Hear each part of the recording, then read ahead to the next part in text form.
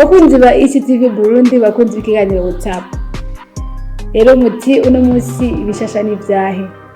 Tumaze iminsi ko turavuga entrepreneuriat, tukavuga kuronderera ubuzi, abandi tukavuga ruti kwibera mu boss wawe wenyene. Benshi batubaza ati mbega entrepreneuriat yoyo isigura iki? Rero mwese bashobora kugendera abantu batandukanye aho umwe wese aza kutubwira ico yumva bavuze entrepreneuriat. Kwikirane abo twashoboye kuganira nabo mwumve ico wo bita entrepreneuriat. Hanyuma kurangiza uratubwira nawe ico bita entrepreneuriat. Nitwa Alex Junior Rumbete, haba nsanzwe nkora umwuga wo gufotora mu rurimi rw'igifaransa la photographie. Hanyuma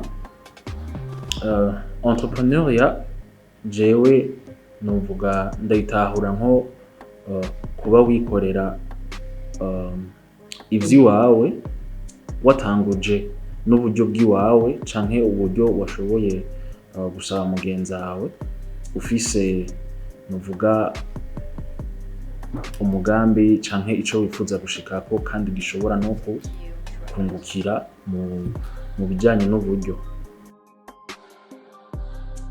Itwajire entrepreneuriat ubwanje numva ari kwiyungunganya kwitunganiriza imigambi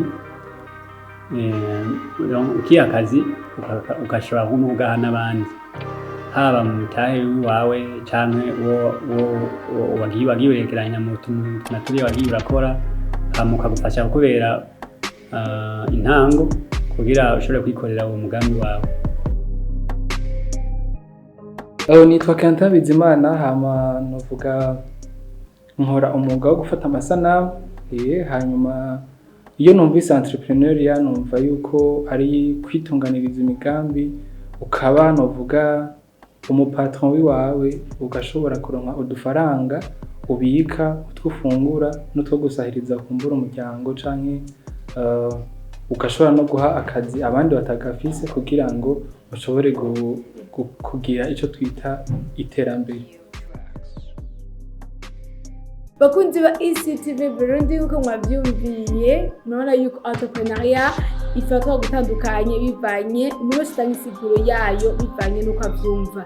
Rero ikibazo mfise kuri wowe ko dukurikirana kano kanya kuri wowe entrepreneuriat ni iki? Iryo jambo riri mw'isi yose rivugwa n'isi yose rikoreshwa n'abantu benshi, kuri wowe urivuga kwiki le mot entrepreneuriat?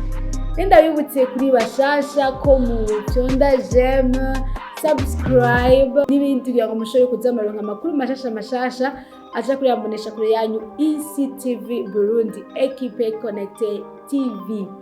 Rero muhundire ndabasezere naho utaha.